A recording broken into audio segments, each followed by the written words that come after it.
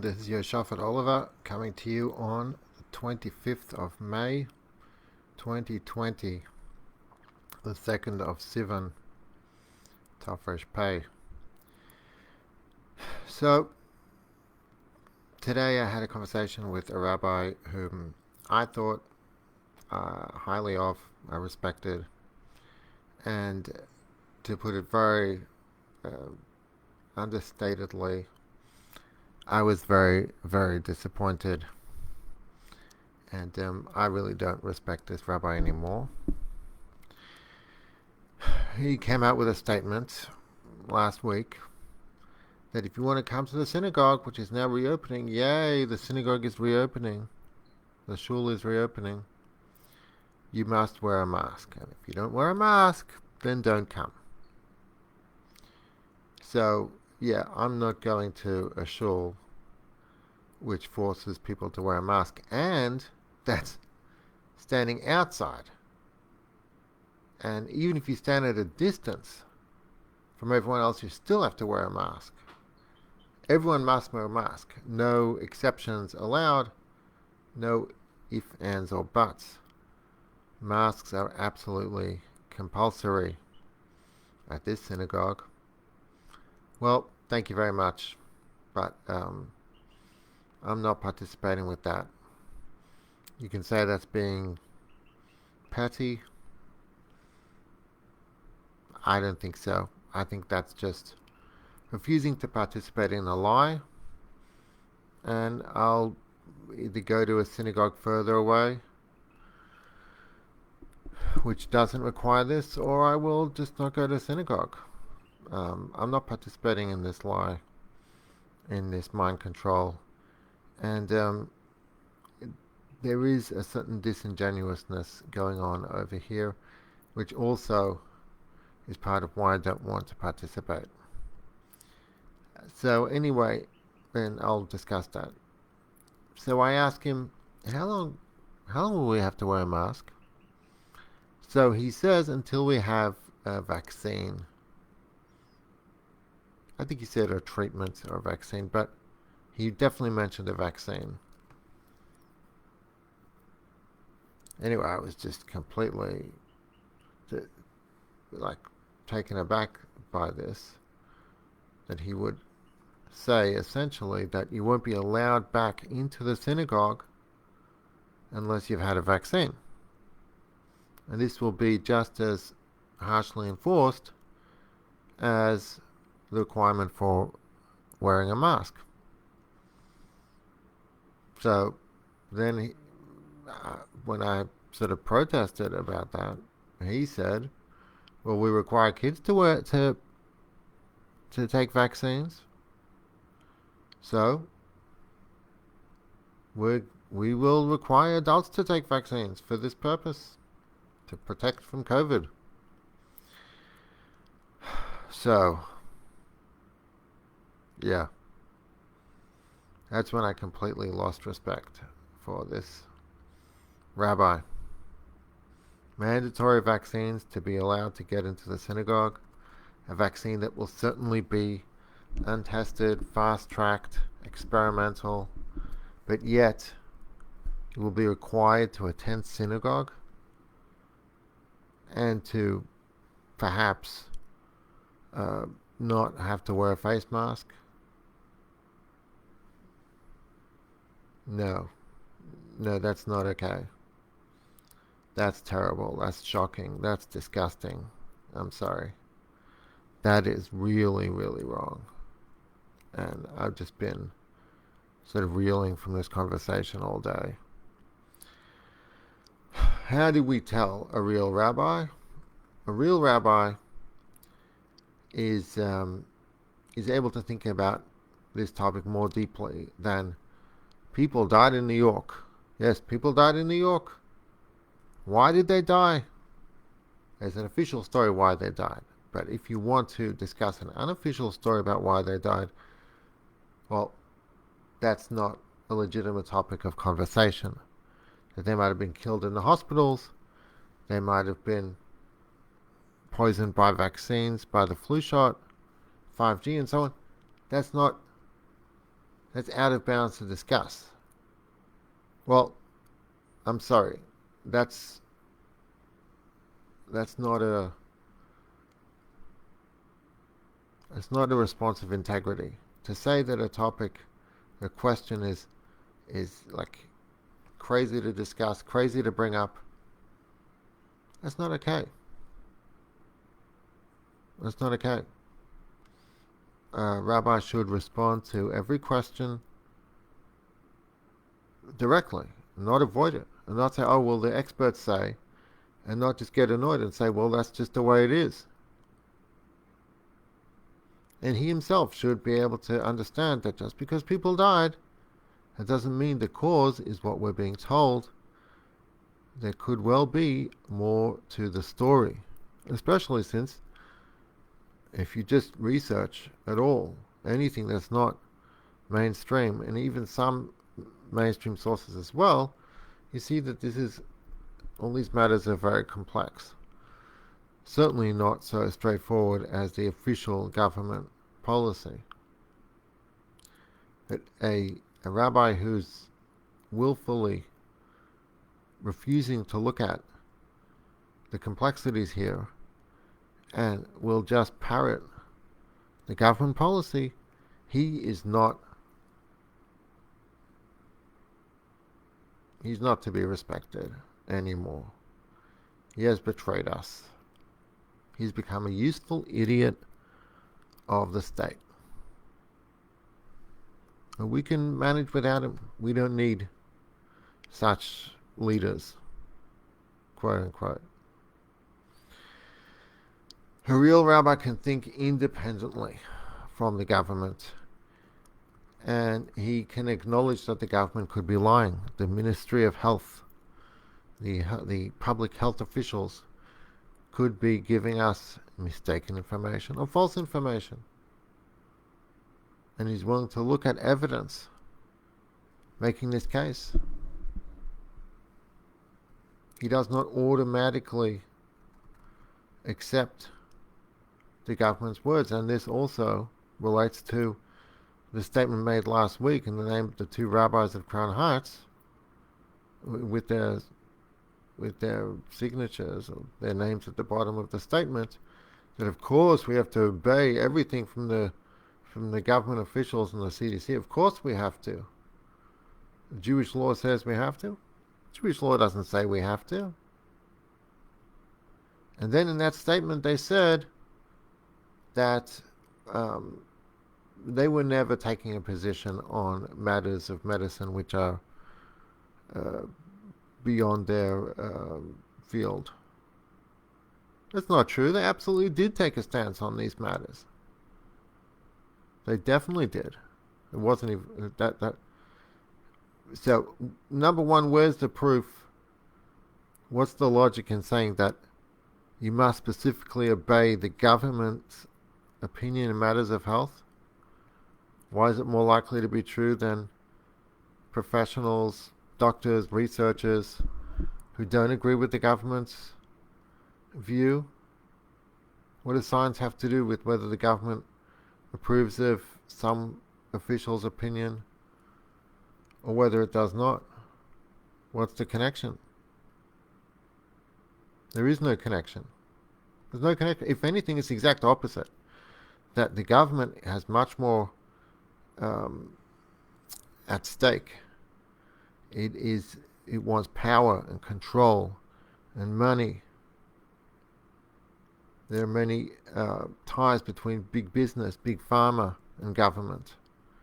And therefore, you're much less likely to get the truth, a true, pure scientific opinion on matters of health from the government than from someone who's not government. It's true, everyone has some interest, but someone who's independent of government is in fact the only one who you should rely on in matters of health, because all things being equal, they have much less of a conflict of interest, and they certainly have as legitimate an opinion as a government health official.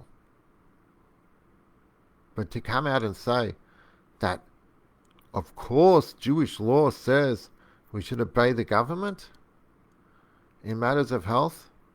Only whatever the government says we must obey. Where on earth does it say that? What? It makes no sense. Jewish law doesn't say that. And it's just pure insanity. And it's really a betrayal of the best interest of the people in the community who are turning to these leaders for guidance, and they're really being deceived, because these rabbis are smart people. They know very well that the government could be telling a lie.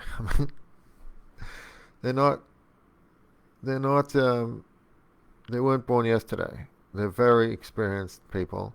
So if they tell us that we must obey the government, well, as far as I'm concerned, that's just reprehensible. A real rabbi is not only willing not to automatically agree with the government, but he's willing to speak out against the government when the government abuses its power, which is exactly what's been happening. These rabbis have kept silent. Not only kept silent, they give power to the government to abuse the people by endorsing the government's tyrannical rules. A real rabbi can understand that when people disagree with the government, it's not coming with the official government position. That's not necessarily coming from a bad place of like I don't know, wanting to reject authority because of some kind of like rebelliousness or insolence or something. No, we're talking about intelligent people who use their own mind and do their own research, use their critical thinking abilities, analyze the situation, read a lot, read from all various sources, and draw their own conclusions. Why are we less qualified to do that because we're not rabbis or something? Why are rabbis more qualified to analyze medical matters than non-rabbis? I don't get it. Rabbis' goal, their position is rabbinics. That's what they're trained in. Of course, if they're leaders of community, you can bet they're smart people. A lot of the time. But I guess that's IQ. But just because you have IQ, that doesn't mean you have wisdom. And here, we're seeing a tremendous lack of that wisdom or real leadership that we expected.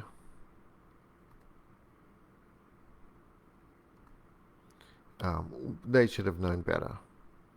It's really totally unacceptable for them to say, of course you have to obey the government, and then also to deny that they ever were taking a stance on the matter. They absolutely were. And based on their words, everybody said the rabbi said. You got to do it because the rabbi said so. Rabbonim. The Rabbonim says, how could you disagree with that? The Rabbonim, the rabbi said so. You disagree with the rabbis? You have any respect for rabbis? What kind of a disrespectful, rude person you are? You don't respect rabbis because you disagree with them. And the rabbis are just parroting what the government is saying and enforcing it with their rabbinical hat. No, those are not real rabbis. You don't need to pay any attention to what they say. And maybe from now on, you can ignore them altogether. I'm sorry. Unless they come out apologizing. But until then, find some other rabbis. Find some rabbis who are willing to dissent from the PC position, who do sometimes speak out against government corruption, government overreach. Don't turn any more to rabbis like that. In fact, here's a very easy litmus test for a rabbi. Ask the rabbi, do I have to wear a mask? Any rabbi who says you have to wear a mask to come to the shul, that's it. You know not to ask him for advice. Because that same rabbi will very likely tell you you have to take a vaccine to come to shul. And he'll also call for people to download the contact tracing app. It all goes together. It's the same blind obedience. And they'll go even further than the government requirement. That's what we've been seeing. That the government said, for example, here the government said everyone has to stay in their houses and they can't go to public places, but they didn't really say that you can't go to other people's houses, but it's discouraged. Then the rabbis came out and said you can't even go to other people's houses. And there was no epidemic going on over here in Texas at that time when they came out with the statement. It's just it might come here. But then we have to go even further than the government. We have to be even more harsh and oppressive than the government already is with no basis. A real rabbi would respond to questions on his ruling and not insist on blind obedience.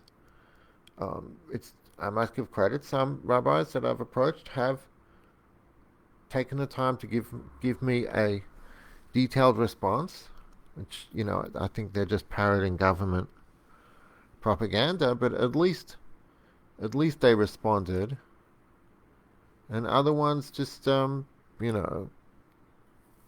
respond much more.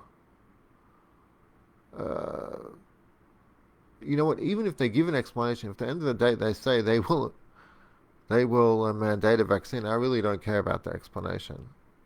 But okay, you got to give more credit to someone who's willing to explain himself to a member of the community who asks. You also get the impression that I must be the only one, or one of the only ones, who's even asking these questions. I mean, from what I can tell, the vast majority of people that I know, well, the rabbi said, I'm not going to second guess. The rabbi, no, that's not true. Actually, you're entitled to ask the rabbi for the explanations for his ruling. According to Jewish law, it's called Mehechan Dantuni. It means you should know that a rabbi can should be expected to show the sources for his ruling in Jewish law. Now, if you don't live in his jurisdiction, then he is not entitled to respond to that demand for an explanation. So, rulings of rabbis in New York, I'm not, being that I live in a different state, so they are not obligated to respond to my request for an explanation for their ruling. But if it's a local rabbi and it affects me personally, then I absolutely am entitled to ask for an explanation. So you have a right as a member of the community to ask for a source, for a rationale according to Jewish law for a ruling of a rabbi. Rabbis have to base their rulings on sources. They can't just make them up out of thin air. They don't do that. Well, not if they're responsible anyway. Yeah.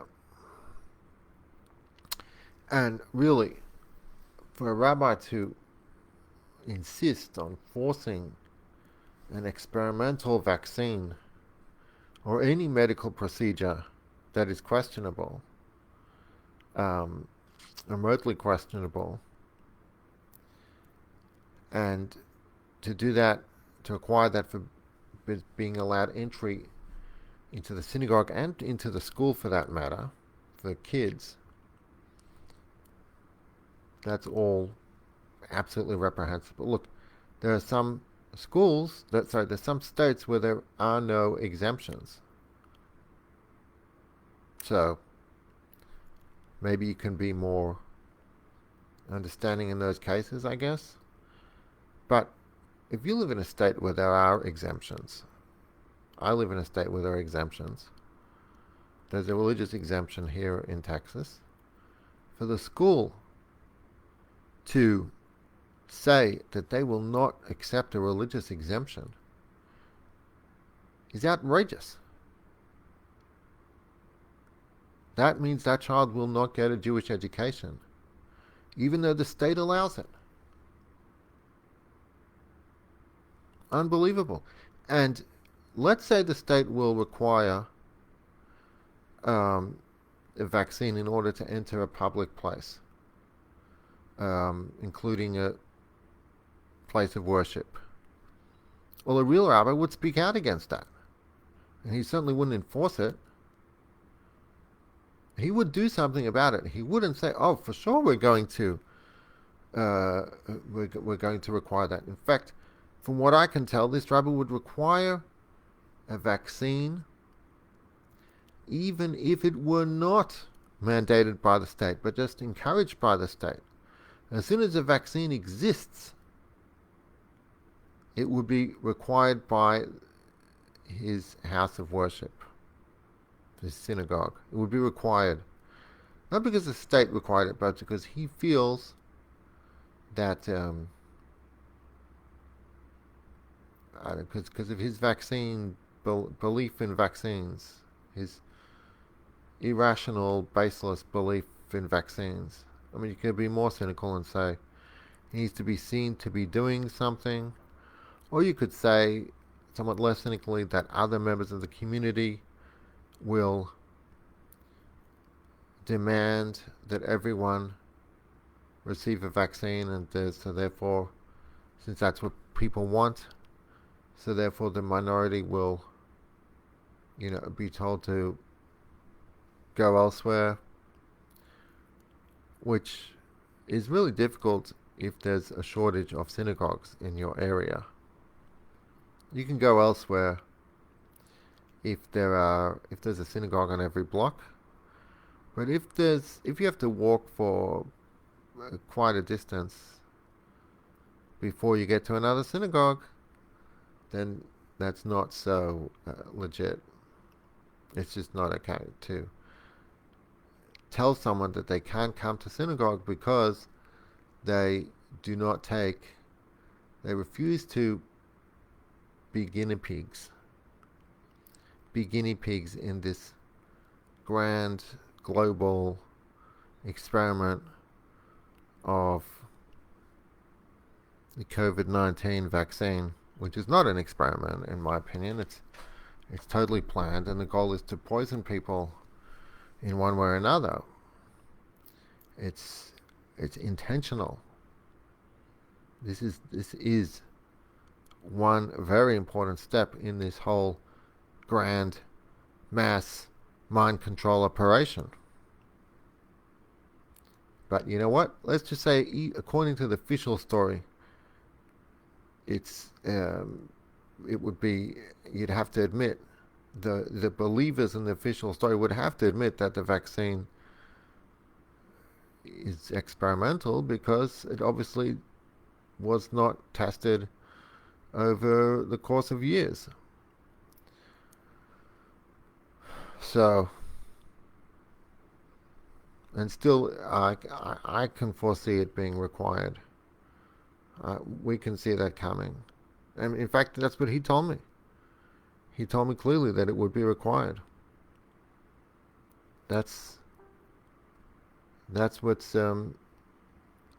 that's really what we can expect. That's the mainstream authority position will be that, from what I can see, conformity, complete conformity, and even mandating that which is simply recommended. So these leaders, these lay leaders, these rabbis, they have become useful idiots for the national security state. They're requiring masks now. These masks are merely a precursor to the vaccine. They say now, oh, just wear a mask because we say so. When you start to debate that masks don't protect one from COVID, and in fact they make you sick, and that certainly make no sense when you're standing outside. No, just do it. And even if they give reasons, they quote sources for that claim, which are, easily debunked. But let's just say they quote sources for that claim. It doesn't matter. Because at the end of the day, that is a precursor to the tracking app, encouraging the community to use the tracking app, the contact tracing app, which is complete commie material. And ultimately, they will tell you, get the vaccine because we say so. And maybe then they'll quote some study too, that the vaccine is tremendous. It's a blessing to mankind. It will save us from all disease ever. It really won't matter. As long as they are requiring the vaccine in order to enter the shul, that's really a betrayal of the community, of their position as leaders, and we shouldn't stand for it. We should not look up to such people anymore. We should definitely start our own minyan, our own separate prayer groups, and go our own way.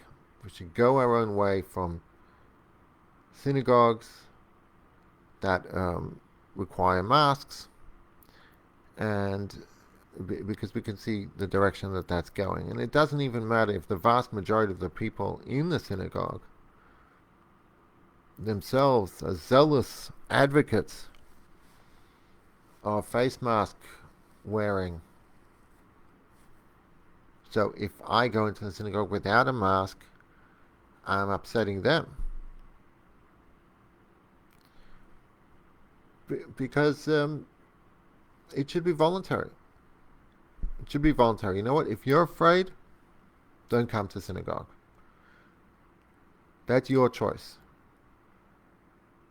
If you're really so afraid of someone not wearing a mask, standing outside, if you're so afraid that you think that's a serious concern, really, you shouldn't be coming to the synagogue at all.